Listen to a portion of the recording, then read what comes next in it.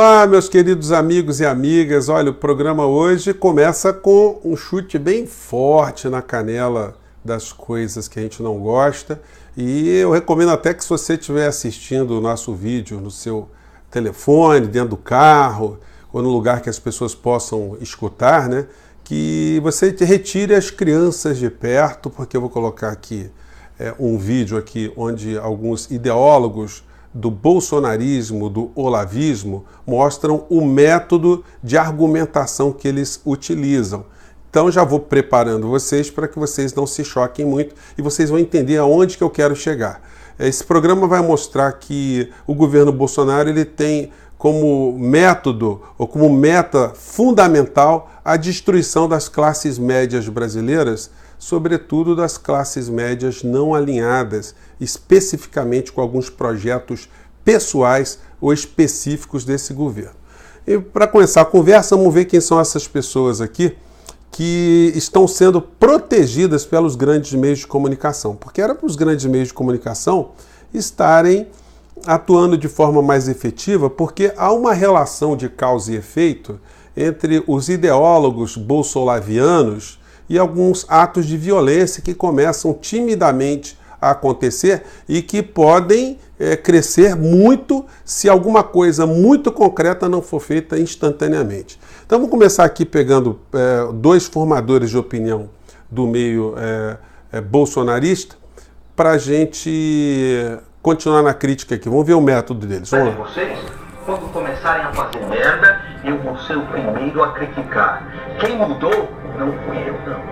Foram vocês. Fique sabendo o seguinte: vai tomar no cu e some do meu canal, filho da puta! Some! Some do meu canal, filho da puta! Se eu te ver pela frente, é diferente, desculpa.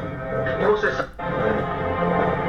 Eu tava fazendo gratidão pro amigo que me deu um livro. Não gostou? Some! Eu não estou arrancando dente pra ganhar like no inscrito. Vá se fuder! Some do meu canal! Pra mim, foi a gota d'água. Quem quiser ficar, que fique, e o gado que vá pastar na puta que eu pariu. Filho da puta!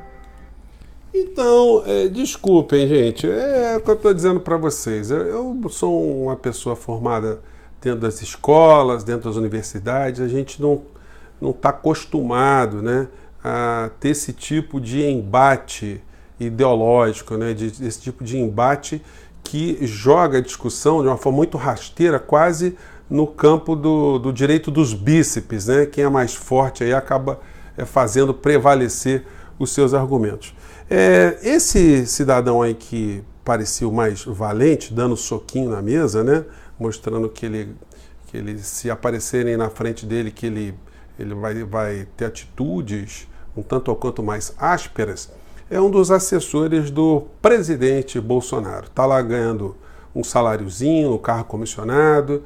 Muitas pessoas têm criticado essa criatura porque ele está experimentando uma ascensão social por conta desse emprego no gabinete do ódio, né? Isso tudo está sendo investigado, mas o que interessa para nós é que esse tipo de pessoa está fazendo o trabalho sujo que a mídia não precisa se ocupar. Porque quando eles ficam fazendo esse tipo de comportamento, e eles arregimentam milhões de pessoas que reproduzem isso, naturalizam isso como um método civilizado, um método natural de se discutir questões do nosso país, né? Enquanto eles fazem isso, os meios de comunicação não precisam entrar no debate. Eles funcionam também como um grande partido ideológico, difundindo cada vez mais as ideias do livre mercado, de enxugar o Estado, de se privatizar. E nessa ideologia eles acabam cooptando 0,5% da população brasileira. Ou seja, mais ou menos 1 milhão de brasileiros que têm dinheiro aplicado ou no mercado financeiro e agora estão migrando para a Bolsa de Valores. Para essas pessoas que têm dinheiro aplicado, né, nesses investimentos na Bolsa agora, não interessa se a Petrobras privatizada vai fazer mal para a economia do Brasil. se a Eletrobras privatizada vai fazer mal para o Brasil, se alguma empresa lucrativa brasileira fará mal para o Brasil se for entregue de mão beijada ao setor privado, desde que as ações que ela tenha no mercado financeiro se valorizem. Que se dane o pobre, que se dane o povo de uma maneira geral. Essa é a classe média que tem alguma gordurinha, que tem esse tipo de investimento, classe média alta. As classes médias, essas estão ferradas no governo Bolsonaro, comandados pelo Guedes. Porque a única coisa que vai ser movimentada no Brasil são as grandes negociatas na superestrutura do Estado brasileiro. As classes médias brasileiras vão se empobrecer de uma forma muito mais acentuada, como as classes médias em 38 países que foram pesquisados, numa matéria que eu vou colocar para vocês aqui. Eu pesquisei aqui esse tema e alguns jornais dão conta para a gente, alguns sites, né, que as classes médias norte-americanas, por exemplo, estão tendo que trabalhar muito mais para ter o mesmo padrão que elas tinham há 30 anos atrás. Na Europa está acontecendo a mesma coisa, muitos europeus estão tendo um custo de vida cada vez mais alto, pagam cada vez mais energia elétrica alta, esgoto, impostos, escola para os seus filhos, aluguéis, e a vida vai minguando para esses países. E nos Estados Unidos, que é um caso que chama mais a atenção da gente, eu peguei aqui uma matéria feita pela Deutsche Welle, né, que é a empresa de televisão alemã, onde eles mostram aqui algumas pessoas que não têm condição mais de morarem em casas e estão morando dentro de automóveis. As pessoas sem teto nos Estados Unidos chegam ao número de 40 milhões de norte-americanos. Esse senhor aqui era um cara que perdeu o emprego, de 53 anos, não conseguiu se recolocar, não consegue pagar aluguel e, portanto, não tinha sua casa, né? E, portanto, dorme dentro de um carro. E no estacionamento que ele dorme, são várias pessoas que estão nessa condição também. Então é possível a gente ver na internet várias matérias que tratam desse assunto, que mostra que o modelo de vida norte-americano, o sonho norte-americano, ele já foi para o ralo há muito tempo, pelo menos para uma parte da população. Agora, pior que para a gente, que a gente não conseguiu ainda ter um padrão de vida mínimo para a maior parte do povo brasileiro, e a classe média, que ainda tem alguma gordura para ser queimada, será queimada sendo essa classe média bolsonarista, cirista, petista, não sendo nada, porque são justamente essas camadas aqui no Brasil que vão pagar mais energia elétrica, mais combustível, mais caro as escolas, mais caros os planos de saúde, mais caros os aluguéis. Essas classes serão sugadas e o governo não tem nenhum projeto para que as camadas mais pobres do Brasil elas tenham salário, tenham emprego, tenham dignidade e as classes médias possam fazer negócios, tendo seus pequenos empreendimentos, gerando economia, gerando recursos. Esse governo só está preocupado em proteger os pequenos grupos amigos do grande sistema. O presidente da República ele governa para pequenos grupos neopentecostais, para grupos do agrobusiness, famílias de banqueiros, famílias dos meios de comunicação, enfim, de alguns segmentos militares e de grupos que eu não vou também falar quais são, né? Porque são grupos um tanto ou quanto complicados, né? Que a gente sabe muito bem. Então, para esse tipo de pessoas que estão grudadas com o governo Bolsonaro, pode chover canivete, ele pode falar as maiores insanidades do mundo, aliás, o que no caso dele é quase um fato cotidiano, que essas pessoas vão continuar a apoiar o presidente da República.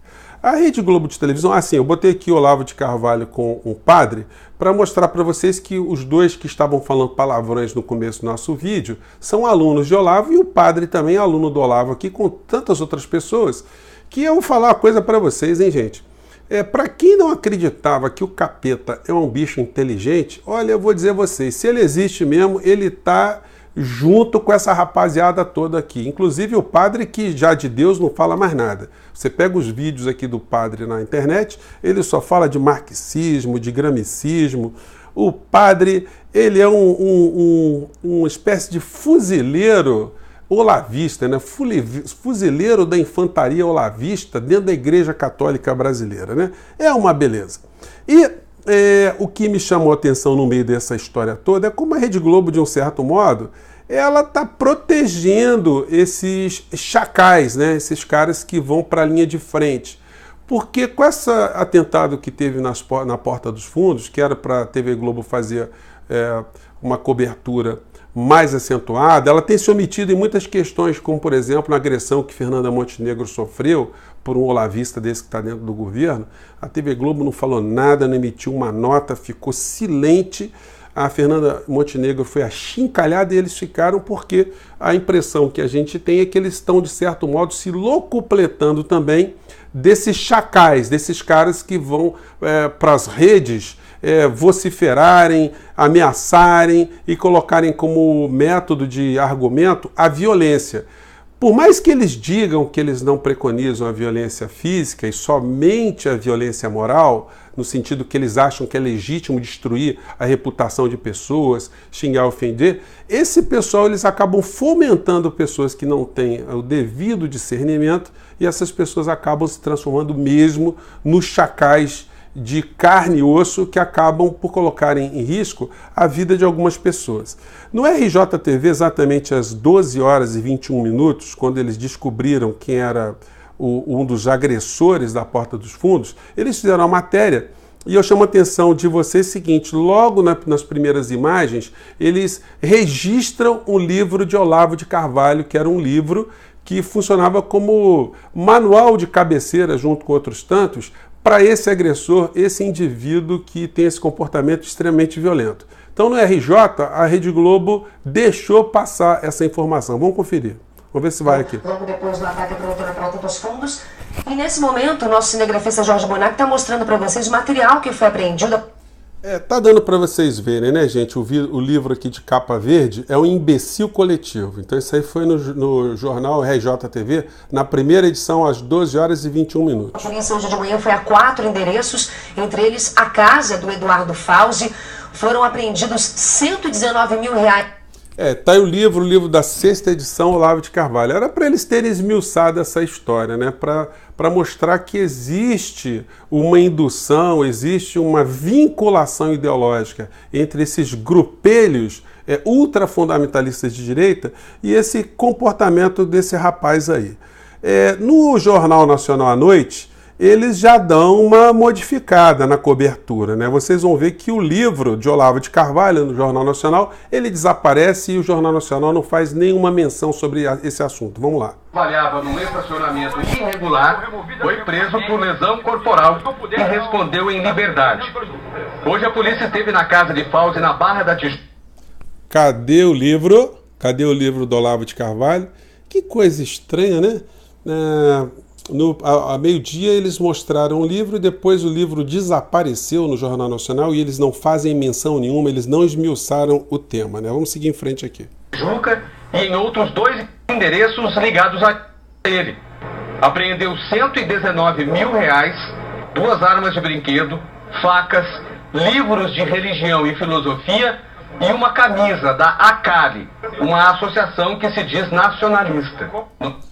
É uma beleza, né? O livro do professor Olavo de Carvalho desapareceu. Quer dizer, é como se o ato desse rapaz aí não tivesse nenhuma vinculação. O assunto merecia um estudo, merecia um aprofundamento jornalístico, merecia um enfoque maior, até para desencorajar jovens, desencorajar pessoas de uma maneira geral a não fazerem esse tipo de situação. E isso poderia desdobrar-se em outras matérias também, mostrando o mal que está acontecendo no Brasil, esse ovo da serpente que está sendo ali preservado para eclodir a qualquer momento, né? No entanto, eles, como eu disse a vocês, estão curtindo porque enquanto tem o pessoal fazendo o trabalho sujo, o trabalho de destruição, o trabalho mais de infantaria, eles vão, de uma maneira geral, por trás, apresentando suas pautas ideológicas econômicas que vai ferrar com seu amigo bolsonarista. Se você tem um amigo bolsonarista que é de classe média e não tem dinheiro aplicado, diga a ele que ele vai se ferrar, não tem escapatória. Ele vai ter perdas nesse ano de 2020, ele vai ter que se rebolar, ele vai ter que parar de iogurtes mais caros para iogurtes mais baratos, bebidas lácteas parecidas com iogurte, porque o iogurte ele não vai poder ter mais. Gente, eu espero ter jogado algumas questões para a sua reflexão, como vai ser o papel nosso aqui no ano de 2020, e como reflexão maior fica essa questão aí que a gente descobriu, né? Por que a Rede Globo está protegendo, de um certo modo, esses grupos fundamentalistas? Eu deixo essa questão para você debater com seus amigos, tá bom? Grande abraço, até o próximo vídeo, gente. Tchau!